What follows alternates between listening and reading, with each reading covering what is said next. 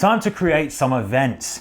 To start, click the Create New button in the top right hand corner of your Championship overview screen and select Championship Event. The pop-up box that spawns will allow you to name the event, select the track you'll be racing on, upload an event image and select how many grid spots you would like racing. For most games, the tracks will be able to be selected on a drop down right here. However, there is an option for custom track inputs should they not be listed. The drop down track selection comes with their own event image, but this can also be adjusted if you so wish. Clicking the custom track button will change the drop down to a custom text box to input whatever name of track you are going to be ignoring blue flags at. Once this is filled in, clicking next will bring you onto the Sessions tab.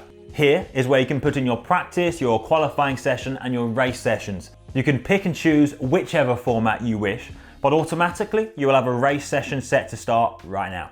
Click on the pencil icon to edit and start filling out the information for your session start time and date, session type, session duration, either through time or laps, session weather, session point structure, session splits if you are using them, and session names. Once you click through to save on this current session, you can then create however other many sessions you would like to account for the various practice sessions, the qualifying heats, and multiple races during each championship event.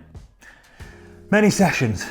Once you've finished inputting all the sessions for this event in the championship, clicking the next button will grant you option to publish later, which will save it as a draft, publish now, which puts it public, or duplicate the event, which saves the current one as a draft, whilst also creating another event identical to the one you've just created, apart from the time and date that it has all been set to.